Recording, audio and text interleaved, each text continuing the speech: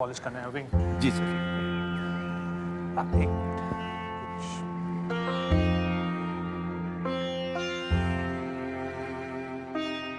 Sir ये वैशाली हमारे principal साहब की बहू है।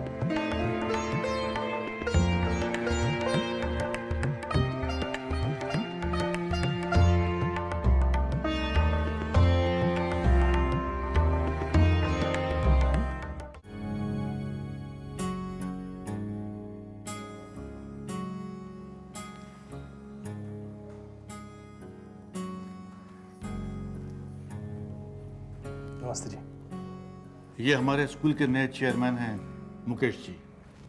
नमस्ते। आप बहुत अच्छा गाती हैं। मुझे भी म्यूजिक का काफी शौक है। इनफैक्ट मैं भी थोड़ा बहुत गा लेता हूं। आप मुझे सिखाएंगी? जरूर सिखाऊंगी, लेकिन संगीत सीखने के लिए आपके पास वक्त भी तो होना चाहिए ना। अगर आप सिखाएंगी तो मैं वक्त जरूर निकालूंगा। एक कहावत है ना, where there's a will there's a way। Please carry on. आइए।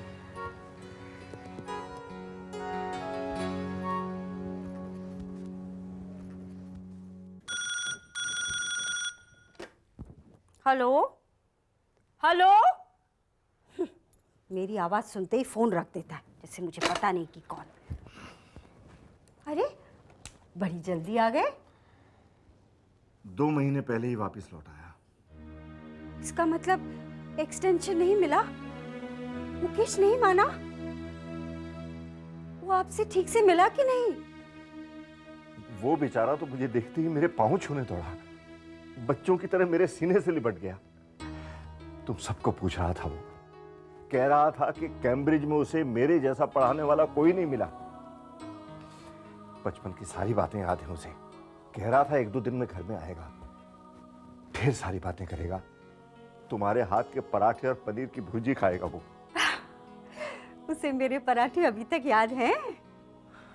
हाँ चंदर की माँ, उसे सब कुछ याद है। इसका मतलब एक्सटेंशन मिल गया है ना? चंदर की माँ, इस साल के आखिर में हमारा विद्यालय डिग्री कॉलेज बन जाएगा। डिग्री कॉलेज के प्रिंसिपल की क्वालिफिकेशन पीएचडी होती है। मैं तो बीएड हूं, एमए भी मैंने बाद में किया था। इसका मतलब मुकेश ने एक्सटेंशन नहीं दिया? सरकारी नियम है चंदर की माँ, इसमें मुकेश बेचारा क्या करता। तो तुम रिटायर हो गए?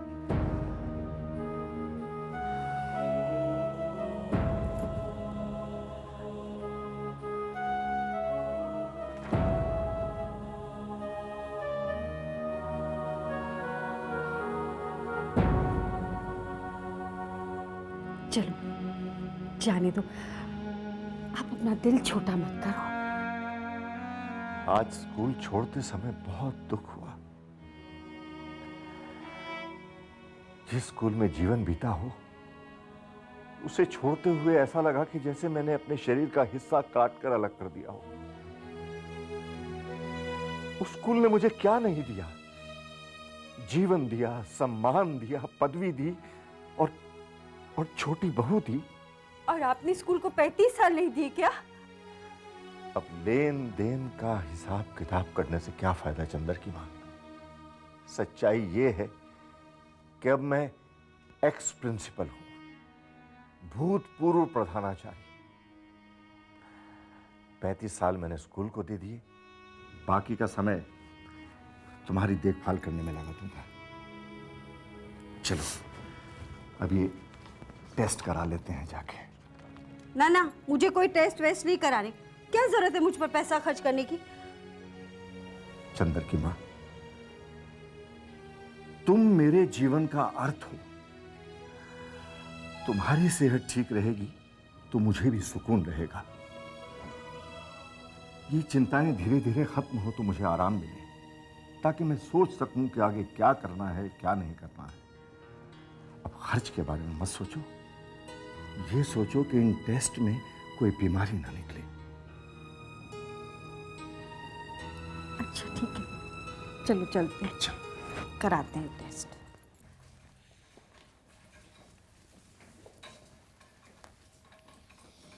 माधुरी कौन है? जी हाँ। मैं ये टेस्ट कराना है और 4700 हुआ जमा कर दो। जी। आप चलो मेरे साथ। 4700, इसमें तो महीने भर का घर खर्च निकल जाता। ये वक्त ऐसी बातें करने का नहीं है चंद्र की माँ। सिस्टर, मैं ये पूछना चाह रहा था कि इनके सारे टेस्ट डॉक्टर कर्माकर ही करेंगे ना? मेमोग्राफी वही करेंगे। चलिए मैडम।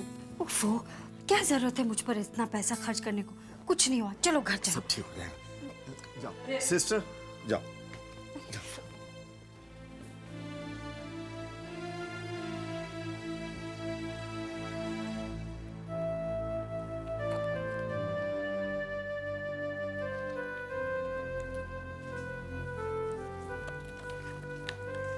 जी, ये 4700।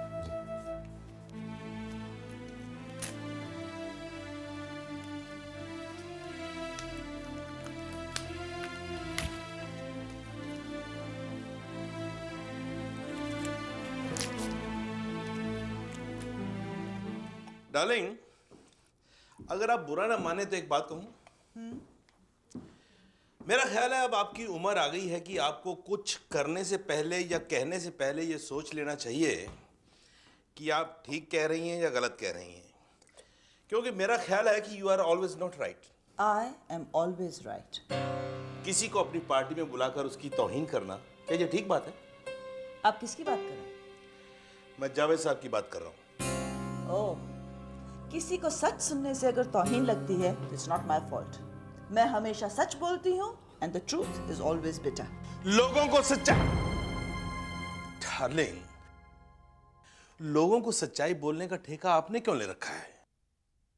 आपको मालूम है, आपकी इन्हीं आदतों की वजह से हमारे बच्चों की जिंदगी में जहर घुल रहा है। और फिर चारू ने आपको लेटर पता क्यों दिया है?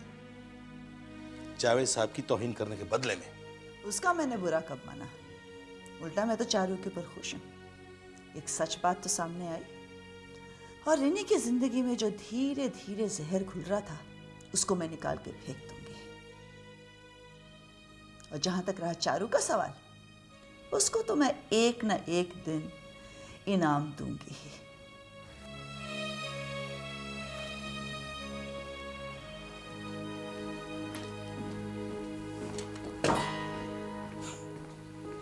लक्ष्मी, जिंदगी एक दिन तुम्हें ऐसा सच दिखाएगी कि तुम्हें सच बोलने से और सच सुनने से सख्त नफरत हो जाएगी। लेकिन अफसोस रहेगा कि उस दिन कोई भी ऐसा नहीं होगा कि जो इतना सा भी झूठ बोल सके कि उसे तुमसे हमदर्दी है। I am sorry Lakshmi, I am sorry.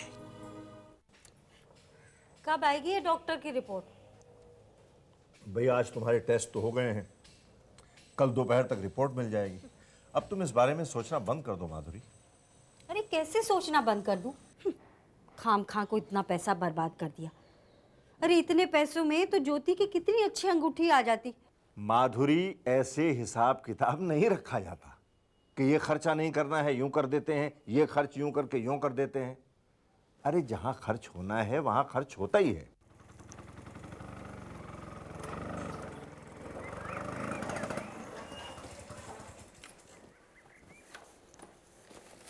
Vaishali, चलो। ये क्या है? मिठाई है। मिठाई क्यों? तुम्हारा टेस्ट पॉजिटिव आया है। मैं बाप बनने वाला हूँ।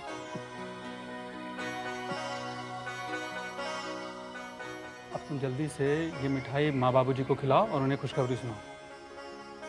मैं नहीं। क्यों? शर्म आती है। शर्म कैसी? अरे अच्छा ठीक है, एक काम करो, तुम मिठाई माँ बाबूजी को खिला देना, मैं खुशखबरी सुना दूंगा। अब ज्यादा सोचोगी तो तुम्हारे सिर में दर्द हो जाएगा। सोचना बंद कर दो। अरे बहू, तुम तो बहुत सही मौके पे आई हो भाई। एक गर्मा गर्म चाय पिलाओ मुझे। बाबूजी, आज आप स्कूल से जल्दी आ गए? अरे भाई, ऐसा ही है। क्यों? गिरीश बेटा, अब तेरी जिम्मेवारियां बढ़ गई हैं। तेरे बाबूजी रिटायर हो गए। क्या? लेकिन अभी तो आपके रिटायर होने में वक्त था। बेटा मैंने खुद ही रिटायरमेंट ले ली। तो अब आप क्या करेंगे?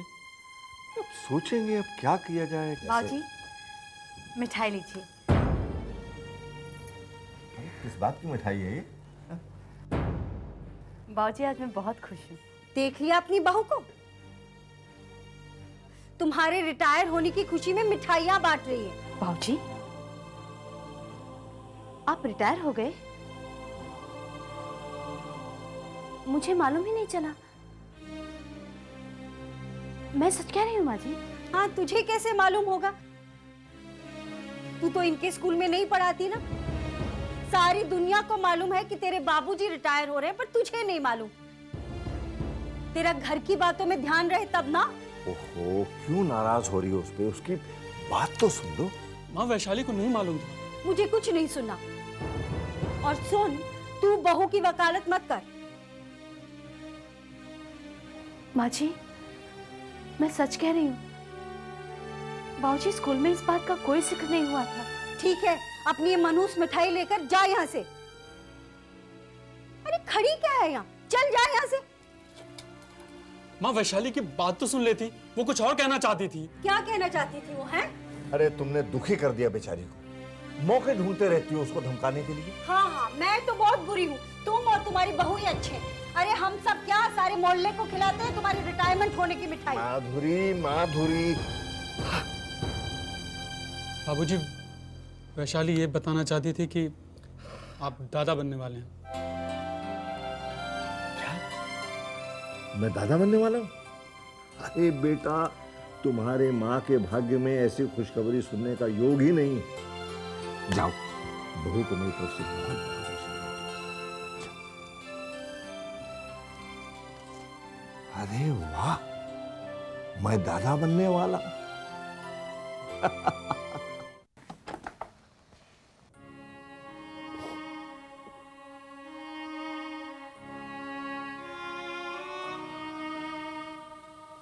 वैशाली,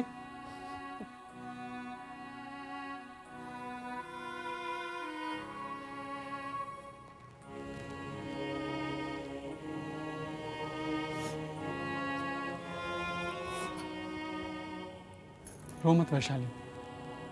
देखो, गलती मेरी है। मैंने तुम्हें मिठाई देने के लिए कहा था। मेरी गलती है। माँ जी ठीक कह रही थी। मैं मेरी खुशी में बाबूजी का गम भूल गई। मुझे उनका ख्याल ही नहीं रहा। बाबूजी स्कूल से रिटायर हो गए और मुझे पता भी नहीं चला।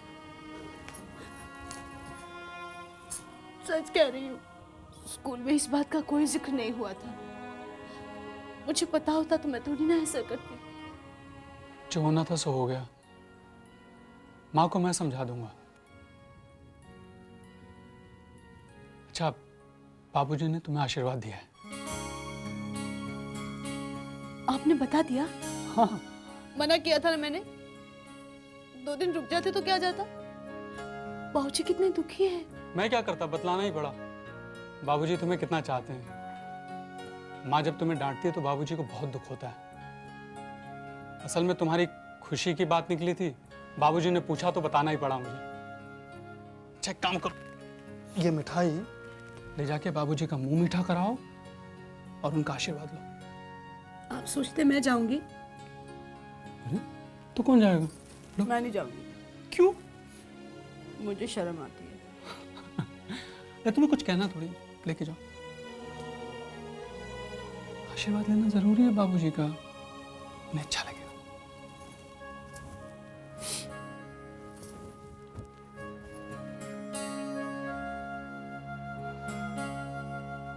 भगवान, इंसान क्या छुपाएगा तुमसे?